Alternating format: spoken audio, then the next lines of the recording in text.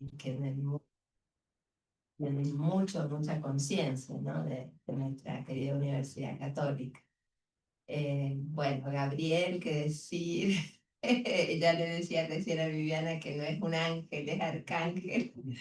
Y bueno, y nuestro apreciado director del doctorado, que está en Roma, disfrutando del calor y aprendiendo mucho. Así que bueno, gracias a todos por estar acá. Entonces, como bien dijo Gabriel, esta conferencia busca hacer una introducción para el inicio de la tercera corte, que parece increíble cuando empezamos la primera que estábamos con barbijo, ¿se acuerda, Gabriel? Así que bueno, en agosto empezaríamos la tercera corte, entonces bueno, tanto la conferencia del Padre José Juan como la mía hacen las veces de preparación para este inicio que por lo que se ve podemos estar esperanzados que viene un hermoso grupo.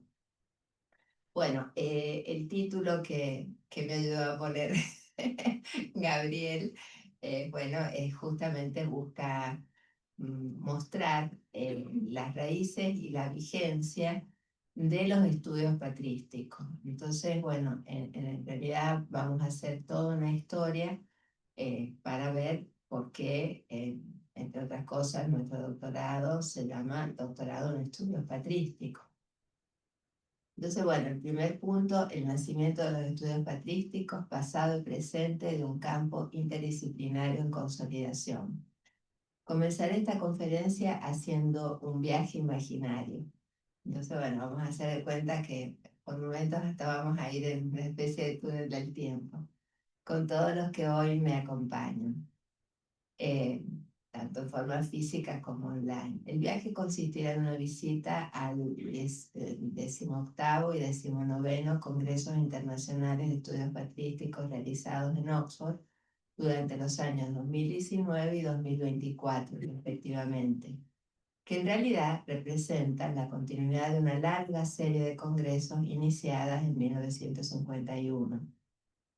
Sin duda, lo primero que nos llamará la atención en este viaje imaginario será la inmensa cantidad de participantes en ambos eventos académicos. En el 2019, 1.200 y en el del 2024, 1.000, quedando en lista de espera por no haber capacidad para incorporarlos al Congreso, a los congresos muchos más. En segundo lugar, en este viaje, imaginario, sorprenderá la cantidad y variedad de ponencias, workshops y conferencias plenarias, así como también el enfoque interdisciplinario, en donde disciplinas como teología, filosofía, estudios bíblicos, lingüística, historia, arte, política, sociología, neurociencias, ciencias naturales, estudios sobre género, etc., lejos de oponerse, se integran buscando así enfoques más integrales de los problemas tratados. La primera conclusión provisoria de este viaje o esta visita imaginaria sería sin duda que los estudios patrísticos contemporáneos como campo de estudio científico reúne académicos de todo el planeta para tratar cuestiones muy diversas de los primeros 7 siglos de la historia del cristianismo que siguen teniendo plena vigencia en el mundo contemporáneo. Así lo expresó la especialista australiana Wendy Mayer en su imponente conferencia Patrística y Posmodernidad, Cruzando el Puente, pronunciada justamente en el Congreso del 2019, al afirmar que la patrística como campo de estudio tiene un valor extraordinario para los gobiernos y las sociedades actuales, precisamente porque las condiciones sociales de las épocas posmoderna y patrística, junto con sus cosmovisiones asociadas, tienen coincidencias importantes. Tanto el mundo patrístico como el mundo posmoderno, tomando prestada la caracterización de Eric Dodds, son épocas de angustia.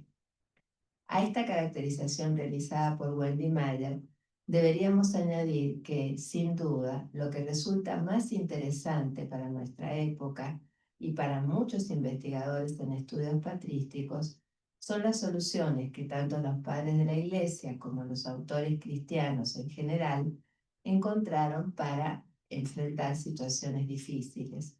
En muchos sentidos, estas soluciones, que en algunas circunstancias fueron métodos espirituales e incluso novedosas orientaciones médicas, y en otras formas de resolver conflictos sociales, económicos, etc., continúan también siendo caminos válidos para la contemporaneidad. Y anticipando quizás la conclusión final de nuestra conferencia, que tanto en los sucesivos congresos de Oxford como en otros tantos congresos que se han realizado en nuestro país y en Latinoamérica, ¿qué es lo que emergió en todos estos congresos en estos últimos 50 años? Lo que emergió fue la multiplicidad y la diversidad que existió desde el inicio de los primeros siglos del cristianismo y que por razones varias estuvo en algunos casos cuestionada, en otras condenada, en otras ignorada durante muchos, muchos siglos. Sin embargo, y a fin de probar esta hipótesis de trabajo acerca de la multiplicidad y diversidad misma que existió desde el inicio de los primeros siglos del cristianismo, también estaría obligada, los invité a un viaje al 2019 y al 2024 imaginario, pero ahora tendríamos que hacer un viaje mucho, mucho más lejano. Estaría obligada a invitar a mis amables oyentes a otro viaje imaginario, pero esta vez al pasado lejano, para poder mostrar así que siempre hubo multiplicidad y diversidad en el cristianismo temprano, que no es algo que emergió de golpe hace menos de 50 años, y que a pesar de una aparente tradición triunfante acerca de lo que debía ser la patrística, este fue siempre un campo de estudio caracterizado por la diversidad de posiciones teológicas y filosóficas, así como también por las controversias con respecto a esta época fascinante. Así, en este viaje imaginario, visitaríamos la Galia en que vivió Vicente de Lerins, presbítero que nació hacia el año 434, a partir de quien se sintetizó el concepto de padre de la Iglesia de una manera rígida y que estructuró por siglos este campo de estudio. En efecto, en su obra Con Monitorium Primum, cuyo título más antiguo era De Peregrino, en favor de la antigüedad y universalidad de la fe católica contra las profanas novedades de todos los herejes, el monje galorromano afirmaba en este escrito, destinado a ayudar a la memoria a preservar la tradición, lo siguiente. En la Iglesia Católica hay que poner el mayor cuidado para mantener lo que ha sido creído en todas partes, siempre y por todos. Hay una famosa frase en latín, quod ubique, quod semper, quod omnibus creditum est. Esto es lo verdadero y propiamente católico según la idea de universalidad, que se encierra en la misma etimología de la palabra. Pero esto se conseguirá, decía Vicente Lerín, si nosotros seguimos la universalidad, la antigüedad, el consenso general. Seguiremos la universalidad si confesamos como verdadera y única fe la que la Iglesia entera profesa en todo el mundo. La antigüedad si no nos separamos de ninguna forma del sentir manifiesto que proclamaron nuestros santos predecesores y padres. El consenso general, por último, si en esta misma antigüedad abrazamos las definiciones y las doctrinas de todos o de casi todos los sacerdotes y maestros. Entonces, bueno, hemos ido, ya en un rato lo vamos a volver a visitar a Vicente de Lerins, y ahora iríamos, luego y para finalizar este viaje de contrastes, iríamos a España, en donde Melchor Cano, un dominico del siglo XVI, señaló 4 notas distintivas que debía reunir un autor para ser considerado padre de la Iglesia. Estas eran las siguientes: antigüedad, santidad de vida, doctrina ortodoxa y aprobación de la Iglesia. Las preguntas obligadas de un buen investigador que busca huellas y pistas, tal cual lo dice su etimología latina, investigare, investigia, deberían ser sin duda las siguientes.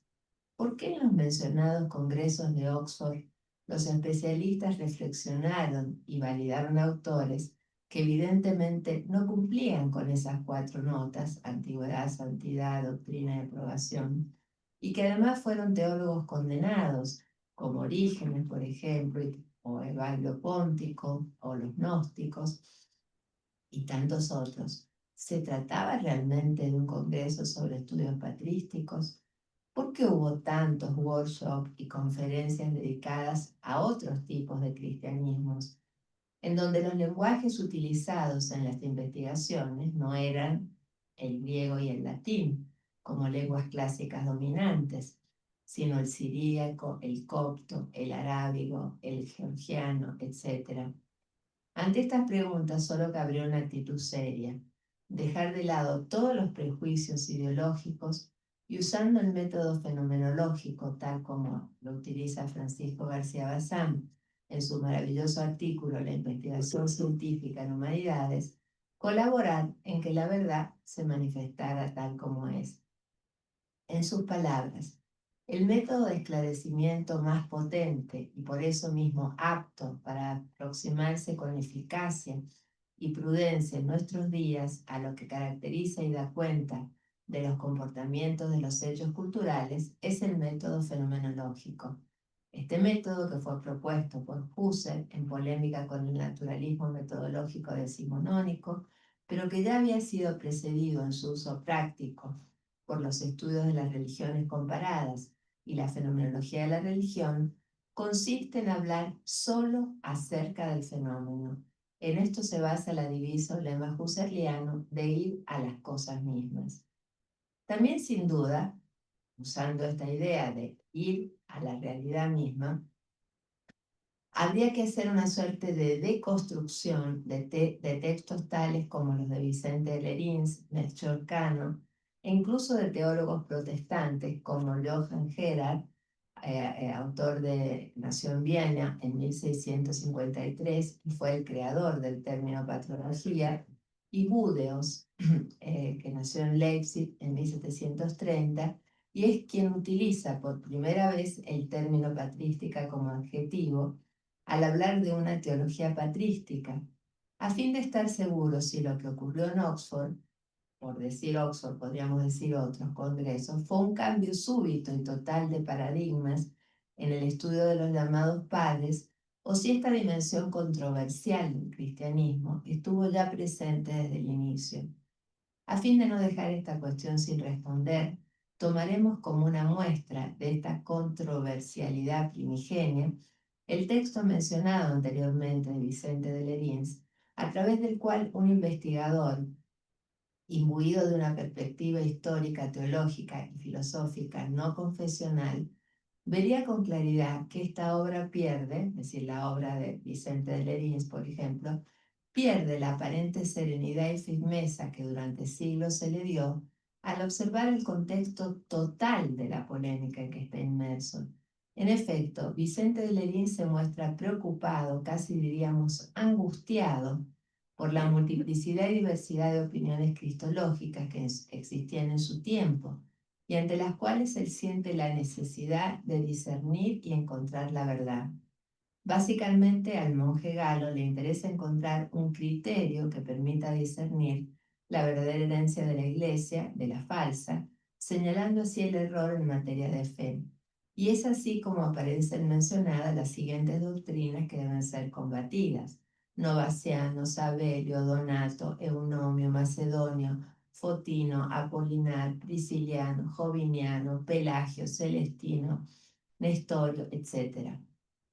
Cabe señalar que en ese discernimiento por buscar una única tradición verdadera, algunos autores del siglo XVII, por ejemplo Vossius o Noris, vieron en el texto del Commonitorium Primum una clara posición semipelagiana en contra de la doctrina de la gracia y de la predestinación vinculada a Agustín de Hipona. Es decir, estamos diciendo que el que se considera como el fundador de la patrística de alguna manera también tenía controversias con Agustín. Entonces estamos mostrando cómo desde el inicio, y vamos a ir más atrás, siempre hubo multiplicidad, controversia, diversidad.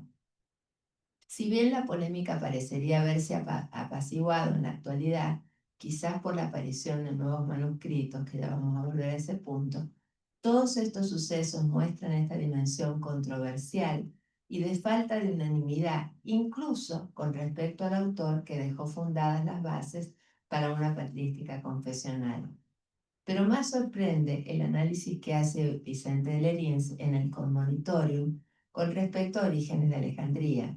Aquí nos detendremos un instante porque en nuestro relato acerca de lo que se había podido constatar en los congresos de Oxford era la aparición súbita de nuevos temas para estudiar patrística, tendría un nuevo argumento en contra. Al llegar al capítulo referido a la caída de Orígenes, el investigador en humanidades tiene la certeza del sufrimiento de Vicente de Leriens al hablar de los errores doctrinales del alejandrino, porque advierte la profunda admiración que siente por Orígenes, y así lo expresa al afirmar que, debo recordar su elocuencia, era tan agradable, pura, suave, que se habría podido decir que era miel, no palabras lo que destilaban sus labios. Pero se nos vendría la noche encima antes de que yo pudiese exponer ni siquiera sucintamente una mínima parte de las dotes insignes que se encontraban juntas en ese hombre. Sin embargo, todas estas cualidades no sirvieron solamente para la gloria de la religión, sino también para hacer la tentación más peligrosa. Nadie se habría encontrado dispuesto a abandonar a un hombre de tan gran ingenio de doctrina y dotes tan eximias. Cualquiera habría repetido la sentencia.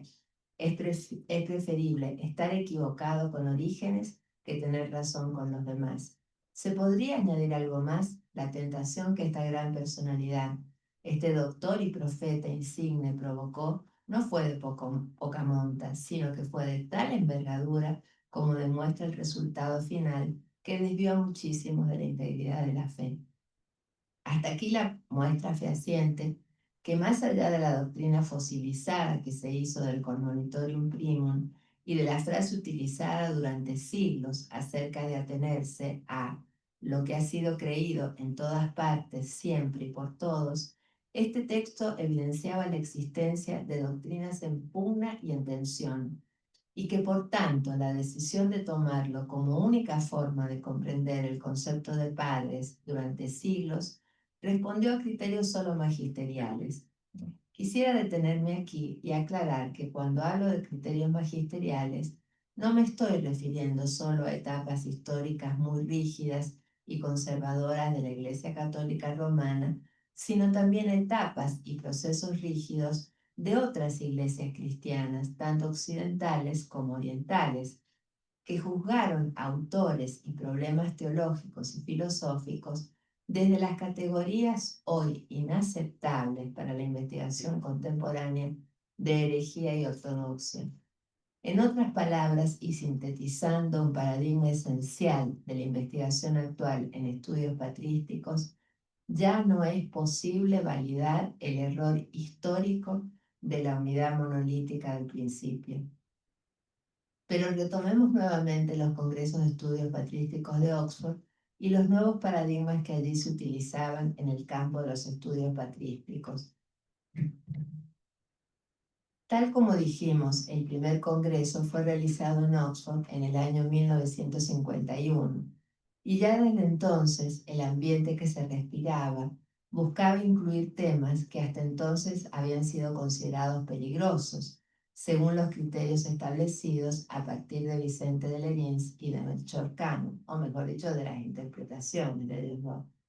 Ese ambiente había sido preparado y anticipado por la creación de la colección Sur Chrétien, fundada en Lyon en 1943 por los jesuitas Claude Monderset, Jean Danielou y Henri de Lubac.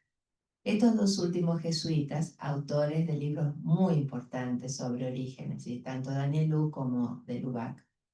La colección había sido editada por el Instituto Sur Chrétien y desde el principio se había decidido no excluir autores heterodoxos o condenados como Orígenes o Evagrio Póntico. Cabe señalar, sin embargo, que la organización de este primer Congreso Internacional de Estudios Patrísticos, en 1951, no fue tarea sencilla y que causó más de un malestar en algunas altas esferas eclesiásticas. Así lo explica Marco Risi, que vamos a tener el gusto de verlo en agosto, en su excelente artículo sobre los padres de la Iglesia, el Concilio Vaticano II y el futuro del cristianismo, al relatar que 3 años, es decir, eso en 1951, 3 años antes del Congreso de París, que fue el Congreso sobre Agustín, tuvo lugar el otro gran acontecimiento de refundación de la comunidad patrística internacional, que está aún más estrechamente ligado en su dinámica a los acontecimientos del Concilio Vaticano II.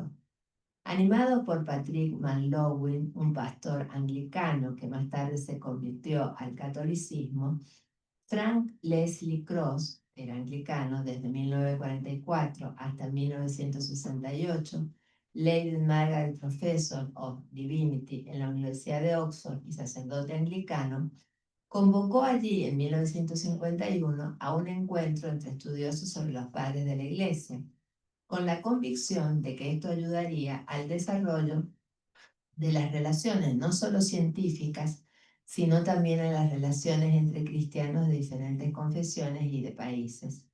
Sin embargo, y a pesar de que se subrayó repetidamente el carácter académico de la reunión, a último momento los representantes de una de las principales órdenes religiosas de la Iglesia, la Orden de los Jesuitas precisamente, no pudieron asistir porque las autoridades romanas sospechaban del carácter criptoecuménico de la conferencia. Esto consta en el testimonio proporcionado por Elizabeth Livingston, infatigable sucesora de Cross en la organización de los congresos de patrística.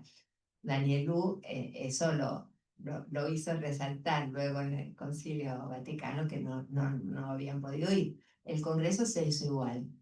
Y nuevamente el investigador en humanidades debería preguntarse, ¿cuáles fueron las causas de esta apertura al mundo auténtico de los primeros siglos del cristianismo?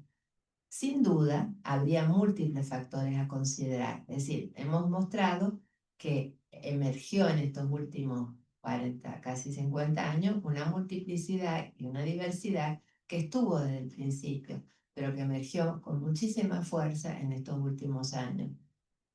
Sin duda habría múltiples factores a considerar, pero a fin de no excederme con el tiempo, quisiera mencionar 3 factores decisivos que acompañaron a estos antecedentes previos ya mencionados. En primer lugar, es como que hubo una suerte de alineación de eventos extraordinarios. En primer lugar, los descubrimientos de textos perdidos durante cientos de años. Solo a modo de ejemplo podríamos mencionar la biblioteca gnóstica de Nag Hammadi, los rollos del Qumran o del Mar Muerto, descubiertos entre los años 1945 y 1956, y recientemente las 29 homilías de Orígenes de Alejandría, descubiertos en el año 2012, también homilías de Agustín. En segundo lugar, entonces, por un lado, de golpe empezaron a aparecer textos que habían dormido durante siglos. En segundo lugar, la creación de la Asociación Internacional de Estudios Patrísticos en el año 1963. Y en tercer lugar, un marco histórico más amplio para estudiar la patrística, denominado Antigüedad Tardía por el historiador Peter Brown en su ya clásico libro El mundo de la Antigüedad Tardía, de Marco Aurelio a Mahoma, publicado en 1971. Es decir, 3 factores: el descubrimiento de texto, la creación de la IEP y el libro de Peter Brown. Pero lo que será aún más, es decir, el tema de la antigüedad tardía como marco, pero lo que será aún más importante destacar es que entre estos 3 factores existieron conexiones que sin duda contribuyeron al surgimiento de estos nuevos paradigmas para estudiar y hacer patrística.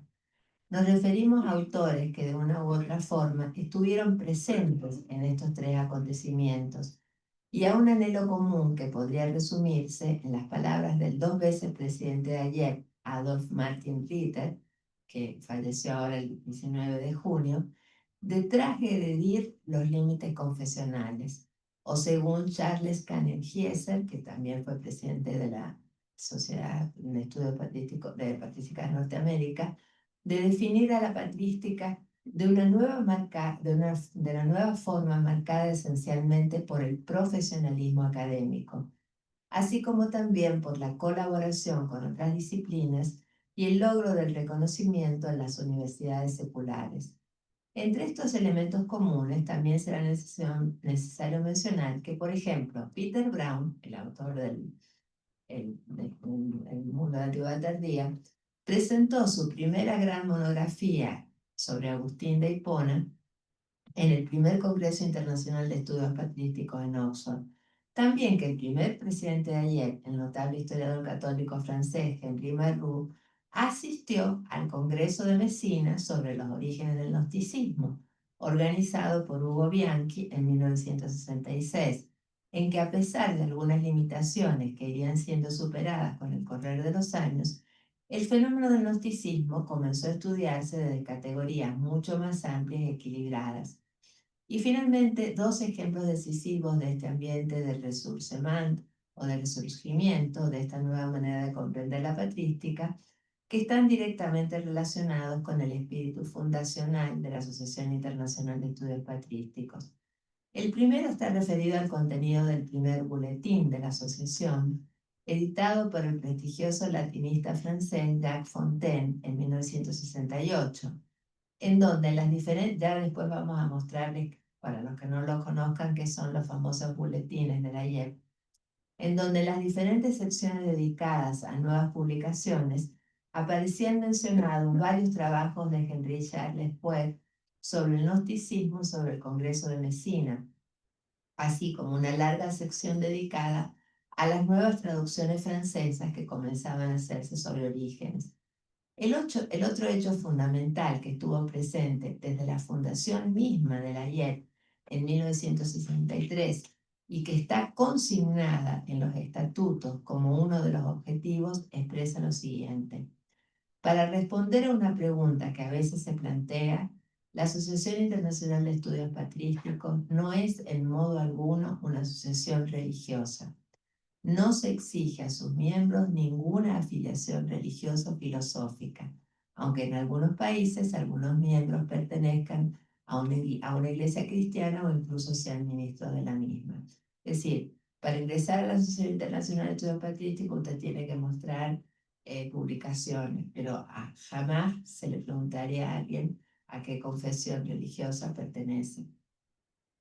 El resultado de la conjunción de estos factores dio por resultado el nacimiento de un nuevo campo de estudios que a partir de todos estos acontecimientos se denominaría estudios patrísticos. ¿Por qué hacemos énfasis en que en este campo es relativamente nuevo? Estamos hablando del año 65, al menos en lo que se refiere a la metodología de la investigación. Porque sabiendo y siendo plenamente conscientes que ahora vamos a ingresar a arenas movedizas, nos ha llevado un viaje, ahora vamos a ir a arenas movedizas, no podemos, por una cuestión de rigor y de honestidad en la investigación, dejar cerrada la cuestión y simular que todo está claro con respecto a lo que sea la patrística y a su futuro. En ese sentido, es necesario recordar que continúan existiendo paralelamente a los estudios patrísticos surgidos a partir de la conjunción de los tres factores mencionados anteriormente, descubrimiento de texto, creación de la IEP y el libro de la Antigüedad Tardía, otras denominaciones que por momento entran en pugna con este nuevo campo epistemológico. Estas denominaciones son, por ejemplo, teología patrística, patrología, en general más imbuidas por paradigmas eclesiásticos, literatura cristiana primitiva, y una nueva denominación que pretende borrar todo vestigio de presencia eclesiástica, que se conoce no con agresión, sino como propuesta epistemológica, que se conoce como cristianismo temprano o Early Christian Studies. Así, por ejemplo, yo podría comentar al respecto que la NAPS, que es la de North American Patristic Society, la Sociedad Patrística de Norteamérica, coloca como su objetivo principal el estudio de la antigüedad tardía y el cristianismo temprano. Y no menciona la palabra, si uno entra a la página, no menciona, digamos, se conserva por ahora el nombre de North American Patristic Society. Pero si uno mira el objetivo, lo que dice es estudiar antigüedad cristiana, antigüedad tardía y cristianismo temprano. Además, hace creo que 3 meses, y ahora van a continuar, a través de un proceso de votación entre sus 700 miembros, que concluirá justamente en julio de este año, se está decidiendo cambiar el nombre de la asociación e incluso e incluir en esa sigla NAPS la expresión cristianismo temprano, por considerar que el término patrística, que viene del pater romano, del padre, tiene connotaciones demasiado patriarcales que no permiten, entre otros tantos temas, visualizar el papel, por ejemplo, de lo femenino en los primeros siglos del cristianismo, como otros tantos temas. Es decir, por ejemplo, la NAPS va a cambiarle el nombre a la sociedad. No sé si, yo no creo que pase lo mismo con la IEP, porque ya la IEP nació con el nombre de estudios patrísticos. También cabe mencionar que la denominación de patrología, que sería como la más conservadora, también está siendo reevaluada. Así lo da cuenta el artículo escrito por el especialista franco-chileno Xavier Morales, que tuvimos el gusto de tener el año pasado acá, acerca de la necesidad, él habla de una metapatrología, al afirmar que finalmente en la época actual, que descubre las riquezas de la diferencia y de la pluralidad, en oposición a la idolatría del uno y de la uniformidad que caracterizó a la civilización occidental desde la antigüedad hasta la época moderna, destaca la variedad y pluralidad de la teología en sus orígenes. En América Latina se creó en el año 2022 la RELAEP, la Red Latinoamericana en Estudios Patrísticos, y es una hermosísima red, muchos acá la deben conocer, pero también fue necesario hacer algunas aclaraciones y ampliaciones en el documento fundacional, ya que en la presentación de esta red muchos especialistas vieron una perspectiva demasiado eclesiástica y circunscrita a los padres de la Iglesia. Entonces, por esta razón, se agregó un artículo en el que se afirmaba que una de las tareas de la red, RELAEP, era promover el estudio interdisciplinar y crítico, ecuménico e interreligioso que posibilite la comprensión del pensamiento, vida y obra de los padres de la Iglesia y de otros autores correspondientes a la antigüedad cristiana. Todo el análisis realizado hasta aquí nos permite llegar a algunas conclusiones parciales acerca del surgimiento y las causas de los paradigmas contemporáneos de investigación en estudios patrísticos. En tal sentido, diremos que en la actualidad los estudios patrísticos abordan los diversos problemas que se suscitaron en este periodo apasionante de la historia de Occidente desde una doble perspectiva. Por un lado, se estudian las escuelas y los pensadores cristianos en relación con las diversas escuelas de la época, y en ese sentido se prefiere hacer referencia a la categoría histórica de antigüedad tardía. Ningún autor de la patrística vivía en una burbuja. Todos ellos dialogaban con su época. Entonces, la categoría de antigüedad tardía es una categoría muy útil como marco de comprensión en el que deben cotejarse las diversas teorías y doctrinas de los autores patrísticos, y al mismo tiempo es necesario abordarlos desde la especificidad de la patrística. Esto no significa, por cierto, que los autores cristianos pierdan su identidad, pero claro, la identidad es múltiple y diversa, sino simplemente implica enmarcarlos dentro del contexto en el que los mismos autores realizaron siempre sus análisis. Como ya señalamos con anterioridad, la especificidad del cristianismo es a su vez múltiple y diversa, ya que la existencia de una diversidad de corrientes en el cristianismo primitivo es un hecho indiscutible para la investigación contemporánea. En ese sentido, y continuando con la clasificación que han hecho varios autores, pero por ejemplo García Bazán, pero hay muchos que podríamos nombrar, en relación a la diversidad una del cristianismo temprano y a los cristianismos denominados, digamos, la más general sería dividir esa multiplicidad en proto-ortodoxos o proto-católicos, judeos cristianos y gnósticos. Hasta ahí digamos, esto lo he aprendido justamente lo he tenido que estudiar para ir a la conferencia que di en Estados Unidos. Yo me movía con ese marco, proto-ortodoxos o proto-católicos, judeocristianos y gnósticos.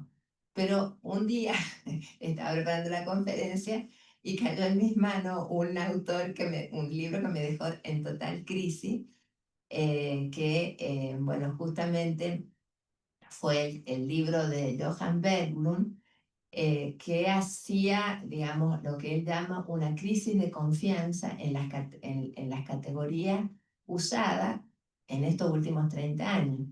Entonces, claro, y la verdad que en el fondo también tiene razón, porque él y otros autores como David Brack, que también vinieron a San Juan, ellos y muchos otros, pues es un movimiento muy grande de autores, ven que también estas tres categorías son demasiado grandes y abstractas y se pierde la especificidad de cada autor. Entonces llegan a decir que, por ejemplo, ni Valentín, ni Marción, ni Basile son gnósticos. Claro, y uno siempre los tenía por gnósticos. Y la categoría de proto-ortodoxia también es cierto, hace agua por todos lados, porque Justino no es lo mismo que Ireneo, ni menos que Orígenes, porque si a Orígenes lo pusiéramos en la proto-ortodoxia, porque lo condenó el Concilio de Constantinopla. Entonces, bueno, digamos que esta multiplicidad todavía se está llevando a extremos mucho más grandes, de tal manera de ver la real multiplicidad e incluso diversidad que existió desde los primeros siglos y que, como veremos, continúa vigente en el presente. Entonces, las categorías que más han sido puestas en tela de juicio son las categorías de proto-ortodoxia y gnosticismo. La bibliografía sobre esta cuestión es inmensa y básicamente la gran disputa está en tratar de diferenciar autores que fueron considerados gnósticos, pero que en realidad no lo serían. Como les decía, Heraclión, Valentín, Marción, no deberían ser, según estos autores, ya considerados gnósticos. Y como les decía, el caso significativo sería el de Orígenes, porque, a ver, no lo podemos poner en la proto-ortodoxia, porque justamente el cristianismo de Orígenes terminó en la terrible condena del Concilio de Constantinopla, y quizá podríamos organizar otra categoría, que siempre las categorías tienen ese problema, pero lo podríamos llamar un cristianismo místico esotérico, que sería otro tema. Bueno, la cuestión es mostrar esa diversidad y ver que algo se llama estudio patrístico, patrística, patrología, tiene debajo paradigmas totalmente distintos.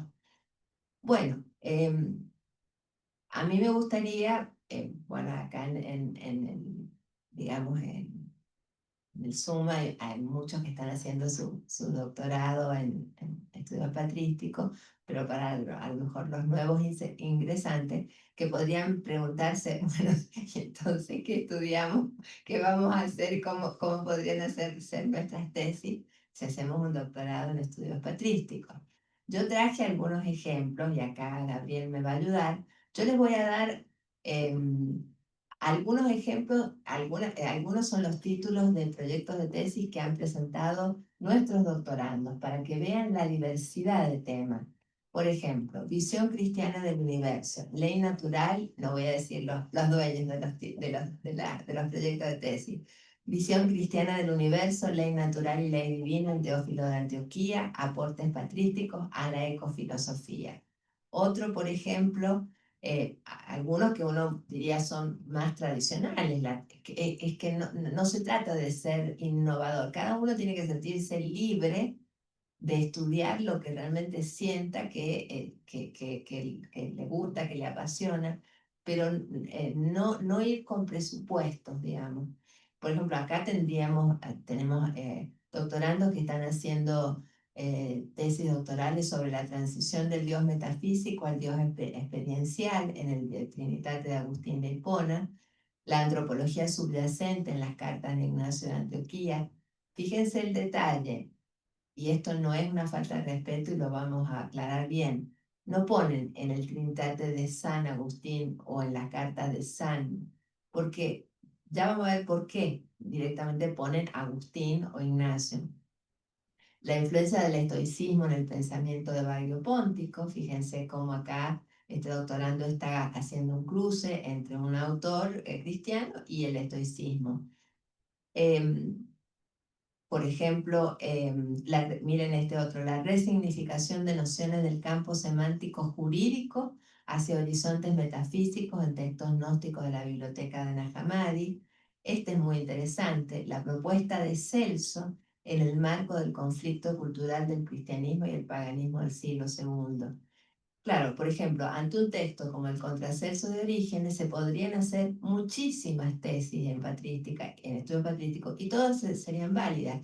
Por ejemplo, este doctorando, que es excelente, no lo vamos a nombrar, pero él sabe que es excelente, él se dedicaba a estudiar Celso, nada más. Pero otro podría a lo mejor estudiar las cuestiones políticas que hay en el Contracelso. Y otro podría estudiar, no sé, toda la cuestión de los diversos cuerpos, el cuerpo etéreo, el cuerpo de resurrección. Otro podría ver el diálogo de Orígenes con el estoicismo. En fin, hay muchas maneras y todas válidas de hacer estudios patrísticos. O resiliencia y música en el cristianismo temprano. Nosotros tenemos entre nuestros alumnos gente que viene de la arquitectura, no sé, de medicina, pero claro, porque los estudios patrísticos admiten la interdisciplina. Por supuesto, hay respeto a la teología porque es fundamental, pero hay teología, filosofía, y puede haber y tiene que haber diálogo interdisciplinario. También les quería mostrar, la mayoría lo conoce. Otra cosa, una línea interesantísima que van a ver acá en el canal de la Asociación Internacional de Estudios Patrísticos, es todo el cruce que hay con temas de psicología y psiquiatría. Por ejemplo, toda la cuestión monástica primitiva se está estudiando de una manera increíble. Tenemos, por ejemplo, temas como la enfermedad y la terapia de la memoria en la dirección espiritual monástica primitiva, el cuidado del alma en la tradición patrística. Bueno, ahí están viendo entonces, para los que no nos conozcan, la página de la Asociación de Estudios Patrísticos de la IEP, la Asociación Internacional de Estudios Patrísticos, y en publicaciones, por ejemplo, es muy importante, si ustedes van a publicaciones, ahí están subidos los famosos boletín, desde, creo que el más antiguo debe ser desde el año eh,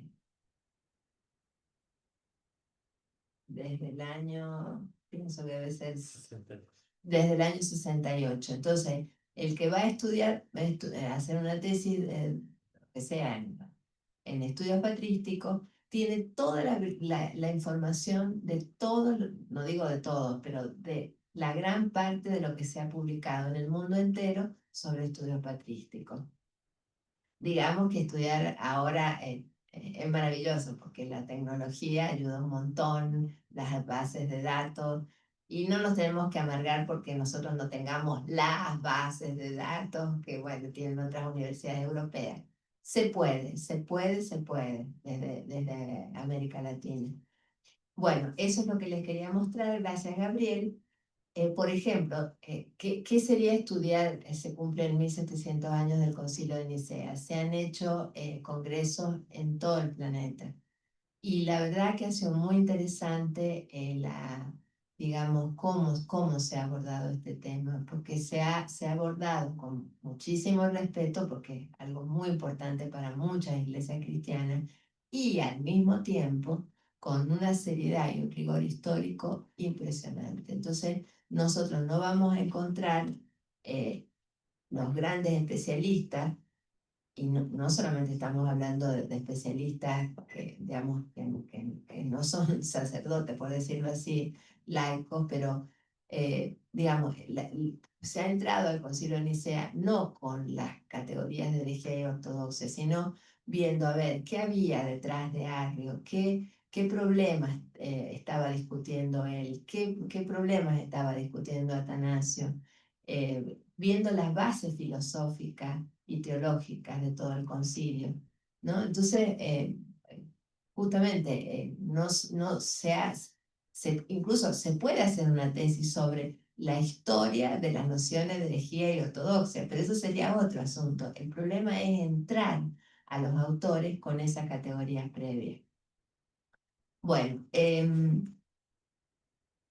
como para ir terminando, el futuro de los estudios patrísticos.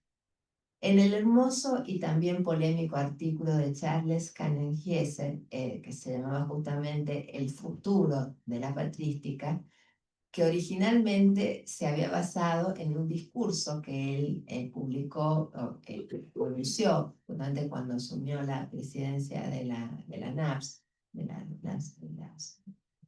Sociedad de Estudios de Patrística Norteamericana. En realidad el título había sido quizás más provocador, ¿no? Después le puso para publicarlo The Future of Patristics. En realidad, cuando dio el discurso le había puesto Goodbye Patristics. Se encuentra una afirmación que merece ser pensada en profundidad. Él lo dice, bueno,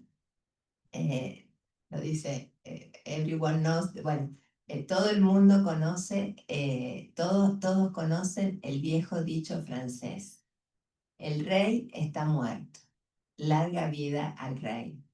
Así que permítanme reformular mi despedida. La patrística ha muerto, larga vida a la patrística. Así se presentó este autor, el Charles Canegieser. Sin duda, y coincidiendo plenamente con Canegieser, consideramos que hay una patrística que ha muerto, o al menos que ya ha perdido su poder hegemónico y autoritario, y que por tanto, y a partir de los tres ejes fundamentales que hemos desarrollado, ha surgido un nuevo campo de estudio, los estudios patrísticos, que están más vivos y más plenos que nunca. Así lo demuestra la potencia y vitalidad de la Asociación Internacional de Estudios Patrísticos, que hoy se encuentra extendida en 54 países del mundo, entre los cuales nuestro país, nuestra provincia y nuestra universidad, la Universidad Católica, es un ejemplo de seriedad académica y de gran reconocimiento internacional. Este surgimiento ha tenido actores clave, ya lo dijimos, un Orígenes, un Evaldio, que no fueron, no serán, y no son y no serán padres de la Iglesia. Entonces, ¿cómo explicar esta paradoja e incluso esta contradicción? No quisiera responder esta pregunta con una respuesta simplista que hiciera lo que nunca debe hacer una verdadera investigación, esto es, forzar y acomodar los hechos a los preconceptos del investigador. Entonces, y siguiendo las huellas que hemos detectado en esta conferencia, diremos que la contemporaneidad, a través de la valentía y la audacia de muchos pensadores, ha decidido abrir el verdadero reservorio de sabiduría que contiene el cristianismo de los primeros siglos y que constituye uno de los fundamentos esenciales de Occidente. En ese sentido, y apelando al gran historiador de las religiones Mircea Eliade, podríamos decir que si bien el tiempo tiene un aspecto evidentemente lineal, donde pasado, presente y futuro parecen sucederse inevitablemente, también el tiempo sagrado tiene un aspecto enigmático y irreversible, por el cual el pasado puede transformar el presente y el futuro. Este aspecto misterioso es el que parece haberse manifestado en los descubrimientos de manuscritos de la antigüedad tardía y específicamente de la época de la patrística, acaecidos durante el siglo XX y lo que va del siglo XXI. Estos manuscritos no son pasivos, sino que su fuerza interpela a los especialistas de diversas áreas del conocimiento, exigiéndoles una nueva evaluación de un pasado que se creía ya conocido y juzgado, y que por otra parte ha configurado, a veces para bien y otras para mal, las bases mismas de Occidente. Por tal razón, y volviendo a la cuestión de la legitimidad o no de los estudios patrísticos, en cuanto a que la denominación contiene el concepto de padre de la Iglesia, sinceramente pienso que aparecen solo dos caminos. Uno, el primer camino consiste en considerar que los llamados padres por la tradición triunfante a partir del Erins y del Canon deben ser estudiados como ventanas privilegiadas metodológicas que abren a toda la realidad cultural de la antigüedad cristiana y de la antigüedad tardía, sin imponerles en este estudio ninguna carga de valor confesional que lleve a la distinción entre herejía y ortodoxia. Tomo la expresión ventana metodológica del especialista estadounidense Susan Ashbrook Harvey, quien en su excelente artículo Mundos Patrísticos remarcó desde su revalorización del cristianismo siríaco la urgente necesidad de reconocer la diversidad de mundos culturales y al mismo tiempo interconectados que existieron en los primeros siglos de nuestra era, no solo para comprender el pasado, sino también nuestro presente y futuro. En su magnífico artículo Susan Ashbrook Harvey afirma que si alguna vez existió un mundo homogéneo de estudio patrístico, ese mundo está ahora, en el siglo XXI, totalmente diversificado y complejificado. Del mismo modo, si alguna vez existió la noción de un mundo patrístico antiguo en singular, la erudición patrística del siglo XXI toma como sello distintivo abordar la antigüedad como una multiplicidad de mundos, un completo prisma abierto. Mi tarea, decía la especialista, consiste en ofrecer una ventana al cristianismo antiguo que espero honre y marque los importantes cambios que se han producido en la patrística en las últimas décadas, cambio ahora fundamentales a medida que avanzamos en un nuevo siglo. Bueno, entonces decimos, esta perspectiva acerca del reconocimiento de varios, con mundos patrísticos, llevará a la disciplina y a los investigadores a recuperar la verdadera historia de Occidente, lo cual, con acción terapéutica, permitirá comprender algunos de nuestros problemas actuales y vicisitudes al recobrar una identidad diversa y plural que permite considerar a la diversidad no como una debilidad, sino como una fortaleza. Esta actitud objetiva no implica la disecación o la falta de valoración y de admiración hacia la vida de seres ejemplares a los que uno llama santos o padres, que pueden y deben ser considerados como modelos de ofrenda y de amor por la fuerza de sus convicciones espirituales. Tampoco implica no reconocer el derecho que tienen todas las iglesias cristianas, tanto occidentales como orientales, a considerar y exaltar la santidad de muchos de los autores patrísticos. Simplemente busca tomar todas precauciones o alertas reflexivas a fin de no confundir categorías magisteriales con categorías de investigación. El segundo camino epistemológico que considero indispensable, uno es, entonces, podemos mantener la denominación de padre de la Iglesia, pero digamos, utilizarlos como ventanas privilegiadas metodológicas para estudiar una época. El segundo camino epistemológico que considero indispensable para legitimar el campo de los estudios patrísticos consiste en leer y estudiar los aproximadamente 7 siglos de la época de la patrística desde paradigmas hermenéuticos y fenomenológicos que permitan advertir que el campo de los estudios patrísticos está necesariamente abierto a otras tradiciones espirituales, tales como el judaísmo, el islam e incluso a tradiciones del lejano oriente. En el canal pueden encontrar hermosos videos sobre, por ejemplo, medicina patrística y medicina china. Interesantísimo.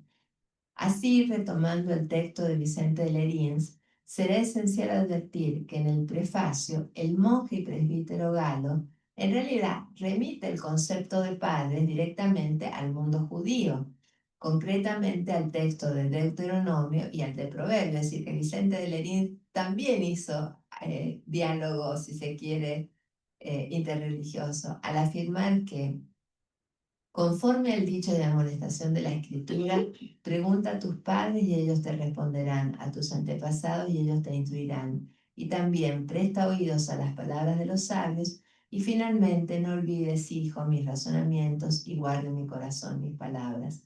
Esta vertiente de análisis puede sin duda contribuir al urgente y necesario diálogo ecuménico e interreligioso contemporáneo en el cual los estudios patrísticos, a partir del estudio de los múltiples conflictos del pasado, que por ejemplo tuvieron consecuencias directas en la diferenciación actual de las iglesias cristianas existentes en el mundo, pueden colaborar de una manera decisiva.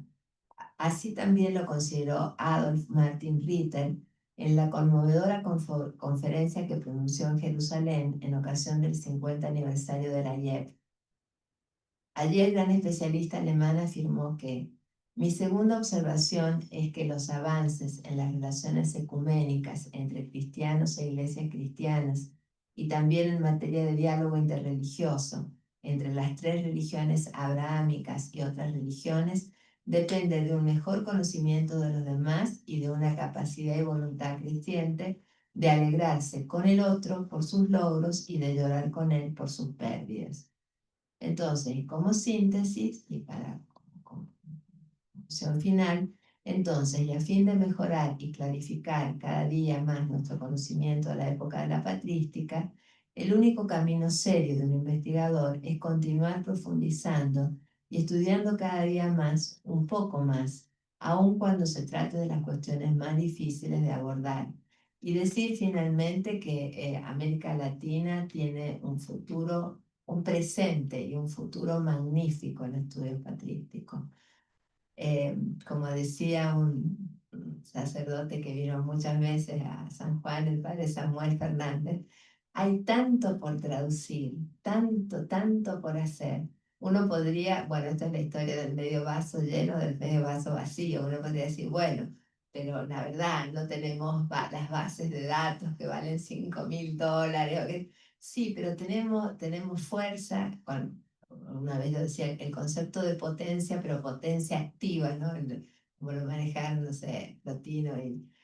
La idea de potencia como capacidad. Que América Latina tiene grandes especialistas, grandes posibilidades, así que no hay que sentirse en inferioridad de condiciones. No se trata, porque justamente si hay algo que la IEP ha hecho es tratar de, que y lo ha logrado, que haya colaboración entre los grandes, entre los especialistas en estudios patrísticos.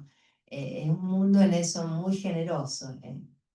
Realmente uno siempre va a ver cómo uno le trata de prestar el artículo o el libro. No se trata de competir, bueno, no sé, no tenemos las bibliotecas que tiene el Agustiniano, no se trata de eso, pero también se trata de decir, América Latina puede, nuestros países pueden, qué decir de nuestra, ¿Viste del qué va acá? doctorado y de nuestra universidad. Es que me han contado anécdotas reales de un profesor que estaba en Oxford y estaba haciendo un curso y dijo, sí, bueno, yo vengo de, porque el profesor preguntó de dónde era, entonces él dijo, sí, bueno, yo soy de Mendoza, dice, donde muy cerca donde se hizo, y ahí nomás alguien que no conocía dijo, San Juan, la Universidad Católica de Cuyo, el congreso, creo que fue el primer congreso internacional que hicimos, así que estamos muy bien conceptuados en el mundo y hay muchísimo trabajo por hacer. Así que la verdad que este doctorado en estudios patrísticos, con Gabriel y todo la ayuda que tenemos, yo creo, y el Padre Ángel y la universidad tiene futuro para años. Así que bueno, muchas gracias. Bien.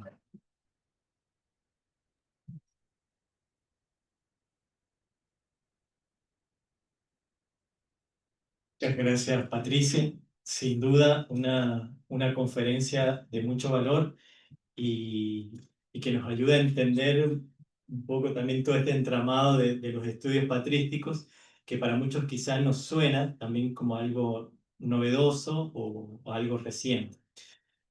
Vamos a abrir este momento para consultas, inquietudes, comentarios. Si quieren, pueden, los que están conectados pueden activar el micrófono y los que están aquí también invitarlos a intervenir. Tenemos unos minutitos para poder dialogar, hacer estas intervenciones. Si no pueden escribir en el chat también, estamos aquí viendo.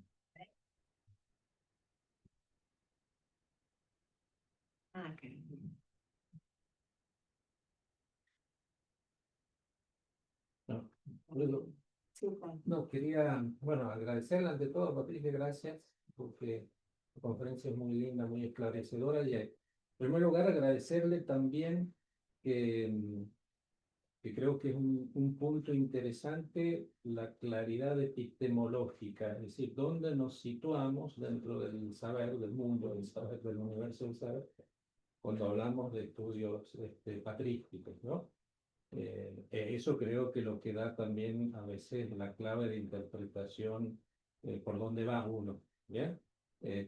Yo siempre insisto mucho en eso cuando, sobre todo aquí a los estudiantes también, para que puedan entender también los ámbitos propios de cada saber, los ámbitos de libertad y de posibilidades también luego de la interdisciplina, pero afirmados también en el campo del propio saber, ¿no? Porque si no, la interdisciplina se puede transformar luego en un collage o en un melange, ¿no es cierto? Una melange, o en afirmaciones quizás caprichosas, ¿no? Entonces es fundamental saber cuál es el ámbito del propio saber. La segunda cosa que me venía, que también sería interesante de ver, es el ámbito, o sea, el contexto, digamos, de las afirmaciones de Vicente de Lerinsky y de Melchor Cannon, ¿no? ¿Por qué? Porque creo que es interesante ver qué es lo que los volvió a hacer, a tomar esa posición, ¿no? Y lo que le quería preguntar en particular, o sea, ¿qué diferencia hay entre lo universalmente creído o, sí, universalmente creído por todos y el sentido de la fe en el pueblo de Dios, ¿no? Porque me parecen ser dos lugares teológicos distintos y que por ahí quizás ayuda un poco a entender también la postura esta del consenso de los padres. O sea, que es, a la luz de esos dos conceptos, ¿qué significa el consenso de los padres? Gracias, padre, porque es muy interesante la reflexión.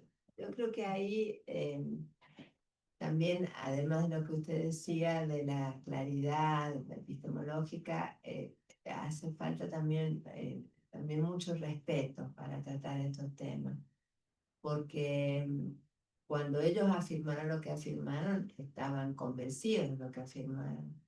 Y aquí es muy, muy importante que, otra vez, discernir, que una vez en una conversación siempre me acuerdo que eso de discernir categorías magisteriales de categorías de investigación, digamos, dentro de lo que cada uno piense o esté convencido, esos criterios son válidos. El investigador es el que no los puede tomar como universales. La cuestión de la universalidad, donde no se puede, digamos, lo que no quiere decir faltarle al respeto. Eso sería un error también metodológico. Lo que no se puede hacer es decir esto, bueno, el concepto de universalidad que sirve para todo momento y para toda época, el investigador no lo puede tomar como categoría universal. Tiene que hacer la reconstrucción de la categoría y justamente ver en qué contexto de debate la están usando.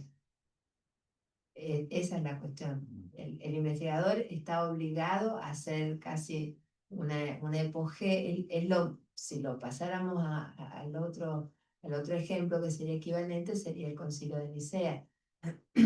A ver, para las iglesias es fundamental el Concilio de Nicea y el dogma que de ahí surgió.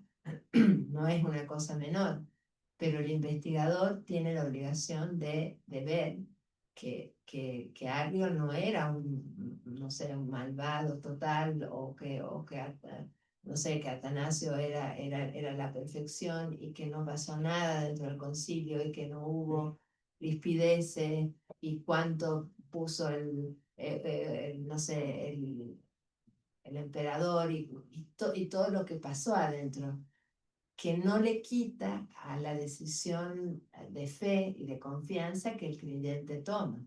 Mm. Yo creo que ahí el tema del respeto y el investigador tiene que ser muy cuidadoso, porque acá, digamos, que a veces sin quererlo se puede ofender. Mm. Se puede ofender. Entonces, yo me acuerdo cuando se trajo justamente a David Bracky, que es considerado uno de los mejores especialistas en el Evangelio de Judas. Bueno, justamente él empezó diciendo, yo no voy a empezar mi conferencia diciendo, bueno, porque tal iglesia escondió los evangelios gnósticos. No, no, yo tengo que describir qué es un evangelio gnóstico, porque si no, no salimos más. Si es una cuestión de... El tema, por eso, para Vicente de Lenís, él estaba hablando de una categoría universal y él la vivía así y la creía así. Ahora, el investigador no puede hacer, porque le tiene que armar todo el contexto. E incluso llega a tal punto de armar el contexto que algunos dicen, bueno, en realidad no sería que también estaba discutiendo con la interpretación que él hacía de Agustín, que también era todo un tema. No, no, pero estuvo bien ahí el aspecto, diríamos, en subrayar que él igualmente valora todo lo de Orígenes, no Y obstante sí, que la categoría que está por establecer lo vaya a dejar fuera. y sí, y uno lo ve sufrir. Entonces el investigador, ¿qué tiene que hacer? Armar, a ver, ¿por qué por qué sufría de esa manera? Pero bueno, él tomó decisiones y las tenía que tomar, era un hombre de su época y tenía responsabilidades que cumplir. Y una última pregunta, el tema de proto-ortodoxia, para entender por qué Orígenes quedaría fuera de...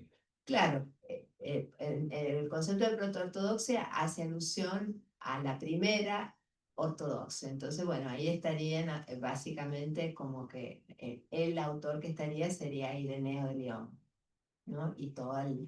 Pero si uno ve la distancia entre la antropología, la escatología de un Ireneo y de un Orígenes, sí, los dos están más cerca. Los dos son evidentemente antinósticos, no hay duda. Orígenes puede tener algunas cercanías con Heraclión. En el comentario del Evangelio de Juan hay puntos en que él acuerda con Heraclión, pero ninguno de los dos va a aceptar que el cosmos manifestado sea la causa de un error, por ejemplo. En eso los dos están de acuerdo. Pero claro, la antropología de Ireneo y de Justino no es la antropología de Orígenes con la doctrina de la preexistencia y la apocatástasis. Y bueno, a ver, entonces proto-ortodoxia a Orígenes es como que no le queda lo de la proto-ortodoxia, porque si no, la conclusión a la que tendría que llegar es tremendo. Se condenó a un proto-ortodoxo.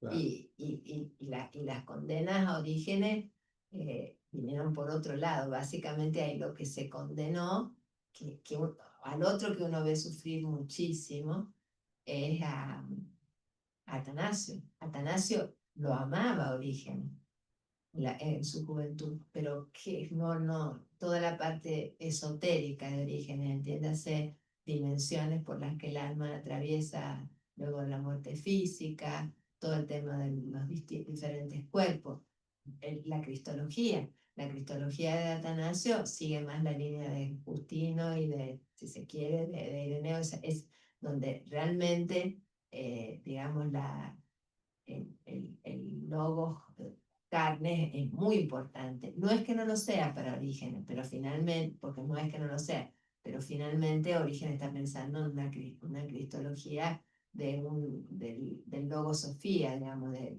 y entonces, bueno, ahí se tienen que separar también. Entonces, en realidad, está más que Orígenes es más antinóstico, sin duda, pero que el cristianismo de él no es el cristianismo ni de Ireneo, ni de Justino, no, eso es evidente.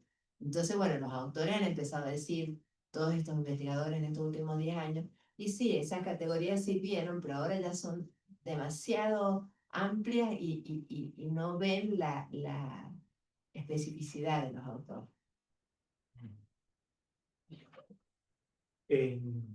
Por el chat, no sé, había levantado la mano Carolina. No sé Sí, si Carolina, ¿querés activar el micrófono? Sí. Bueno, buenas tardes. Un Un segundo gusto. que subo un volumen. Dame un segundo. ¿Cómo? A ver, ahí. ¿Se escucha ahora? Sí, bien, bien. Bueno, un gusto, un placer escucharte, Patricia, como siempre. Muy clara. Yo quería pedir si podés dar alguna caracterización eh, especificando un poquito más, porque mencionabas, en relación a la cuestión metodológica, vos mencionabas que para estos estudios patrísticos, si no entendí mal, ¿no? El método que se sigue es el método fenomenológico, tal cual lo presenta el doctor García Bazán. Quería si podías especificar un poco más y y cómo se caracterizaría el fenómeno de estos estudios patrísticos. No sé si me expreso bien, pero si Sí, podrías decir algo más. claro, Y muchas gracias. No, gracias a vos, Carolina. Un gusto verte. Cuando decía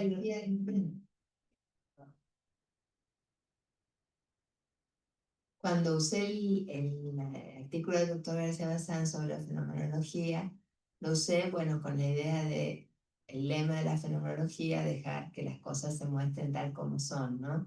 Pero no es el único método. Es un método importante, pero hay muchos métodos para estudiar, para hacer estudios patrísticos.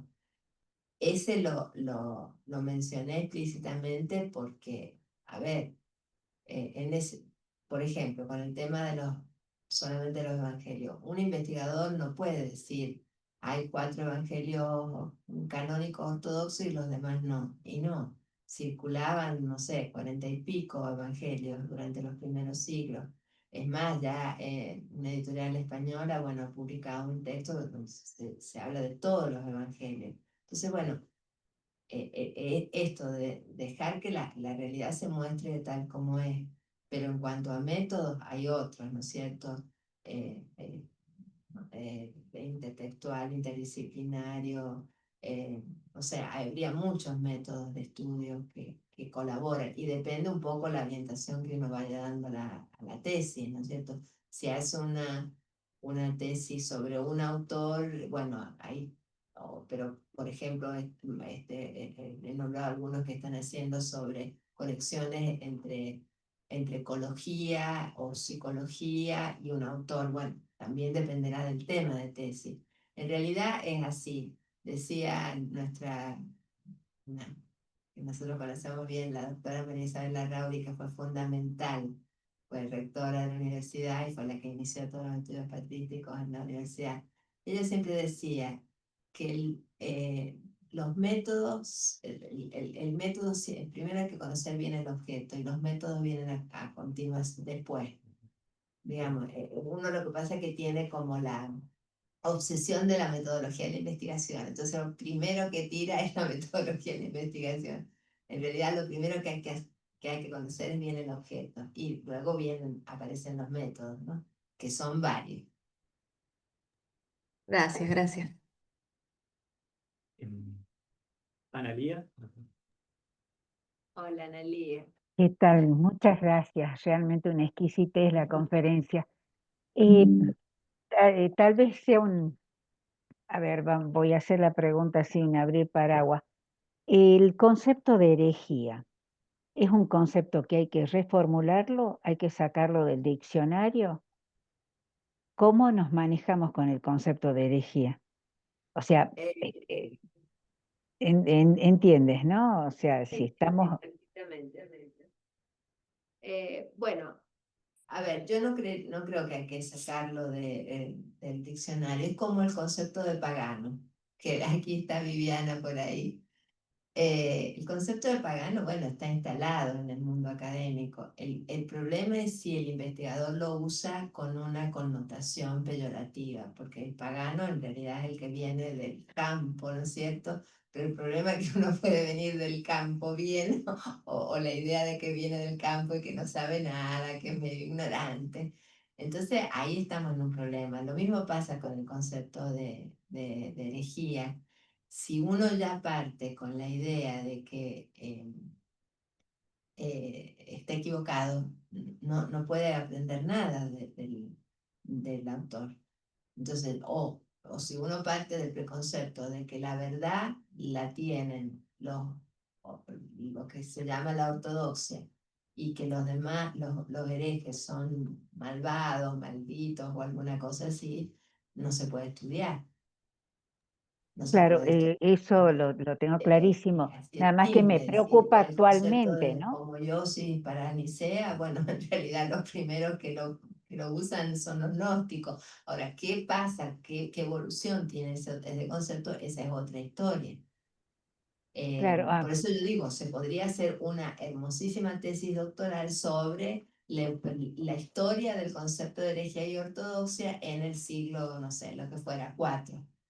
El problema es si yo me voy a poner a estudiar un autor y ya digo de antemano, no sé, Evagrio Póntico es un hereje y se acabó. O no sé, voy a hacer una tesis doctoral eh, enfrentando, viéndolo a Ireneo como la maravilla, que tuvo que, no sé, luchar contra los demonios de los gnósticos. Y eso no. Entonces, no hay que sacarla del diccionario. Lo que hay sí hay que resignificar. Bien, ahí en el chat tenemos algunos comentarios. Fabián, muchas gracias, muy grata y esclarecedora. Armando, bueno, agradece que después ha puesto una pregunta. Esteban, gracias, muy interesante. Andrés Chavanes, muchas gracias. Ya le voy a contestar. Osvaldo, muchas gracias. Doctora Patricia, Padre Ángel y Gabriel. Y acá está la pregunta de Armando Chap. Armando, no sé si querés activar el micrófono y hacerla. Gracias, Gabriel. Espero que se escuche. Ay, no sabe mucho. Muy linda conferencia, doctor Señor. No, yo hacía una pregunta muy concreta y si se podía explayar un poquito en la importancia del texto de Peter Brown, que nombró entre esos 3 elementos que había que tener en cuenta en el nuevo significado que tenía, porque es un texto al que yo le he prestado atención y bueno, quería un poquito clarificar mejor esa. Y, fue como un texto bisagra. El texto de Peter Brown fue como esos textos así. Yo sé que hay líneas que lo aprecian más o lo aprecian menos, hay de todo, ¿no? Pero la mayoría de los investigadores lo que resaltan o recobran del texto de Peter Brown es el contexto que le da a los estudios patrísticos. Es decir, porque no se opone, por eso yo decía, la especificidad de la patrística, pero tiene que tener digamos, un marco más amplio. Por ejemplo, sería como muy difícil entender algunas nociones si no se tuviera en cuenta los estoicos, lo que, por ejemplo, en antropología, sería como son nociones que circulaban, que eran como una koiné. Esa koiné que uno ve en autores como, por ejemplo, si hiciéramos un micromundo, nos centramos, por ejemplo, en Alejandría. Bueno, eran nociones que circulaban entre todas las escuelas.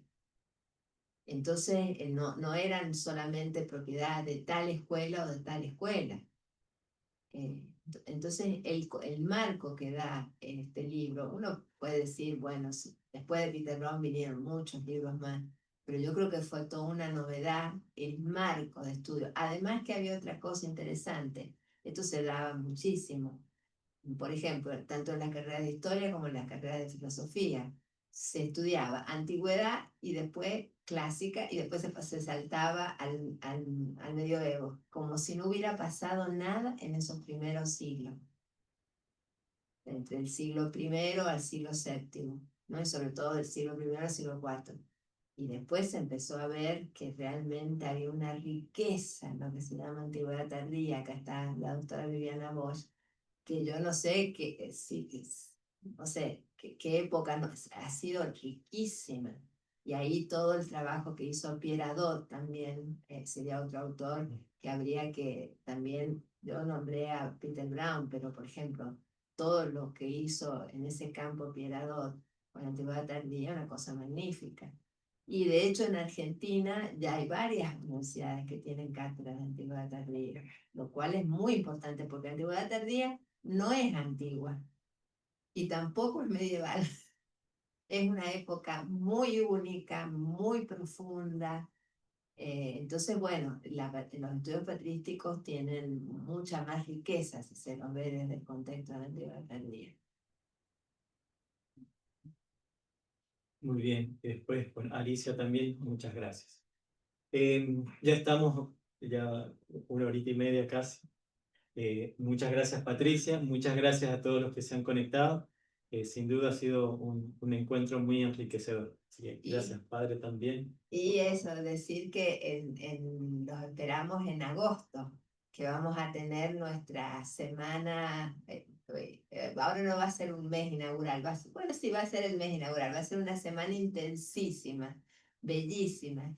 Así que bueno, los que ya han venido a otras semanas, a otras, digamos, inauguraciones o han venido como en noviembre, los que han venido a las semanas de las jornadas de investigación, los esperamos porque miren, va a venir Marcos Ricci, que hoy mandó el tema, justamente va a hablar sobre un tema sobre Licea, el doctor Fernando Soler. Marcos Ricci, para los que no conocen, viene de Italia, Fernando Soler viene de Chile, el padre Marcelo Singh también viene de Salta, después El Padre Hernán Juriche, Hernán Judice, Juan Carlos Albi desde Santa Fe, Cecilia Benal. Cecilia Benati también va a venir a San Juan, así que bueno, vamos a tener una semana preciosa. Muy bien. Bueno, muchísimas gracias a todos. A los que van a iniciar, ánimo. A los que ya están, ánimo. Y a esto, bueno, motivarlos también es un ámbito muy interesante para la investigación y para el estudio. Un Bueno, abrazo. gracias a todos. Muchas gracias.